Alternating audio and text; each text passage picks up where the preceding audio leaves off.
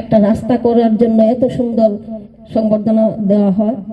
আমি প্রায় 2 বছর হয়ে গেছে এখানে বিদায়িকা হতে পেরেছি। সেটা হতে পেরেছি শুধু আপনাদের আশীর্বাদ আছে বলেই। আমার দ্বারা এখানে সম্ভব হতো না আপনাদের এই রাস্তাটা করে দেওয়ার জন্য, যদি আপনারা আমাদেরকে আশীর্বাদ না করতেন। সত্যি আমি গর্ববোধ করছি।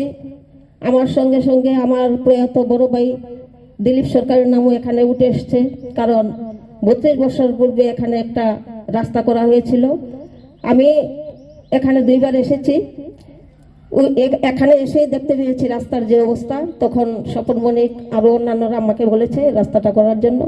আমি তৎক্ষণাৎই রাস্তাটা করার জন্য উদ্যোগ নিচ্ছি এবং রাস্তাটা আমি করতে পেরেছি। তার জন্য এখানে আজকে যারা আমাকে সংবর্ধনা দিয়েছেন, আমি ভাবতে পারিনি যে কাজের মধ্যে এত আনন্দ পাওয়া যায়। আমি করেছি, আমার বড় ভাই আরো অন্যখানেও যখন করেছি দেখছি যে দাদা করার পরেই আমি আবার এত বছর পরে এই রাস্তাটি করতে পেরেছি।